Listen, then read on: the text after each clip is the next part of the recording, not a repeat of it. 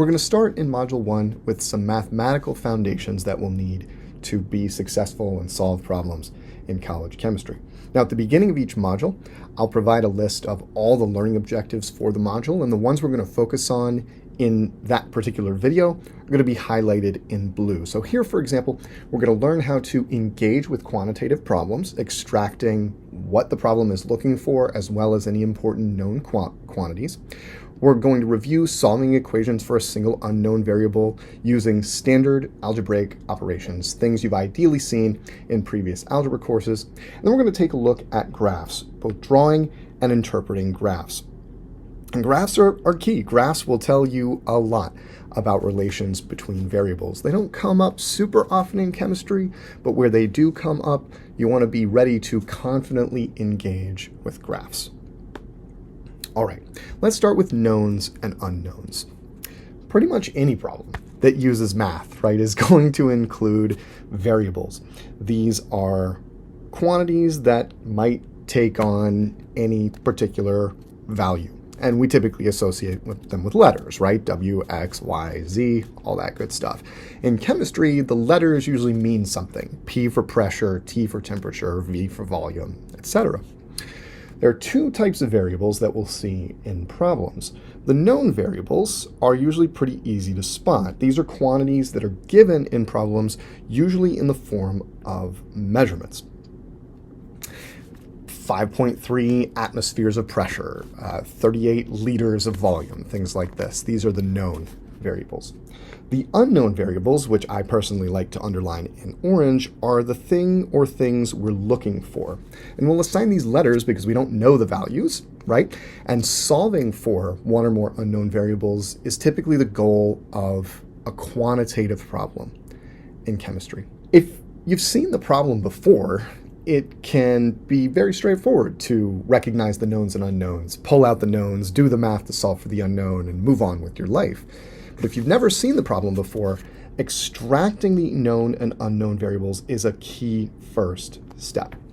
And this may seem like unnecessary extra work, and your peers may make it look like they're not even doing this, but they are, and it's worth the extra effort when you're first starting out to actually explicitly write out the known and unknown variables. This will help systematize your thinking and ensure that the steps you're taking are rational as you solve quantitative problems.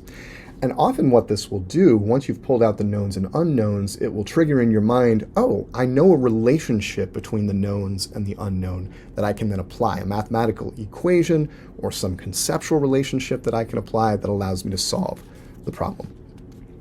And so listing the knowns and unknowns will get the ball rolling on the problem-solving process. Here I have an example of a typical quantitative problem you might see in a chemistry course. How many moles of gaseous boron trifluoride, that's BF3, are contained in a 4.3410 liter bulb at 788 Kelvin if the pressure is 1.220 atmospheres? Now, to pause really quickly, if you don't know how to solve this problem, that is completely fine. The goal here is actually not to solve the problem. We'll actually learn how to solve this problem later in this course. For now, all we want to do are list the knowns and unknowns. And I'm going to list the knowns in purple, commonly use purple for the knowns. And I'm going to list the unknown, here there is only one, in orange. Now, for the knowns, we can list the values themselves since we know the values, but it's also helpful to give a letter to the knowns as well, just so we know exactly what we're referring to here. For example, we know that the volume of the container that holds the boron trifluoride is 4.3410 liters. Including the units is important. This will be a theme in this course. We're always going to include units. We also know 788 Kelvin is the temperature. I'm going to call that capital T. 788.0 Kelvin is another thing we know here.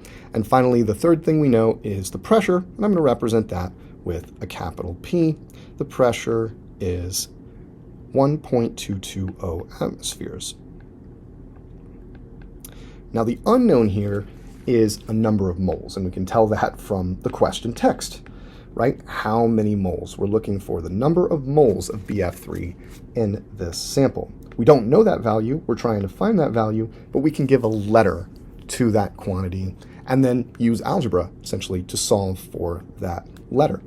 And we'll call that letter N here and when we talk about moles in the future.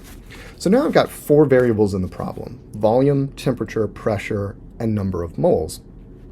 And from your studies of chemistry, in fact, in the very near future, you'll develop an understanding of an equation that relates these 4 variables for a gas, the ideal gas law, right? And so from this preliminary work of listing the knowns and unknowns, we can go right to the ideal gas law as the key equation that's going to allow us to solve the problem. That's not the goal here, but I just highlight this to show you that listing the knowns and unknowns is often what's going to trigger in your mind the key relationship, the key equation that will get you into solving the problem. Once you've found that key equation, solving for the unknown variable is typically just a matter of algebra. We're going to apply standard algebraic operations to isolate the unknown variable and determine its value. And on this slide, I just list some basic tools from algebra that are useful for doing this. So for example, we can rearrange linear equations to isolate a variable, put a variable on one side and all numbers or measured quantities on the other side. We can do this by adding a quantity to both sides, subtracting a quantity from both sides, multiplying both sides by a quantity, or dividing both sides by a quantity. If we have an unknown that is raised to the nth power, for example, squared or cubed, we can take the nth root or raise both sides to the 1 over nth power to take the unknown down to the first power, allowing us to solve for that number. In rare circumstances in chemistry, you'll come across quadratic equations, which contain the unknown variable to the second power and to the first power, and perhaps a constant as well. In these cases, we'll always be able to get the equation into a form that looks like this: ax squared plus bx plus c equals 0, and we can apply the quadratic formula to find the values of x that satisfy this equation. Now, an important point in chemistry with quadratic equations that comes up is quadratic equations have, in general, 2 solutions, right? As we see with this plus or minus, here we're going to get 2 possible values of x that satisfy this equation.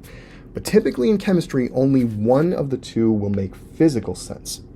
And to decide which one makes physical sense, well, that's going to require conceptual understanding. And so you'll want to do a sanity check or ask yourself, if you get 2 solutions, which of these is the more physically reasonable of the 2. One of them will generally be completely nonsensical, something like a negative concentration or negative number of moles, a quantity, a physical quantity that cannot possibly be negative based on its conceptual definition. The exponential function also pops up in chemistry. This is e raised to the power of x, where x is the unknown.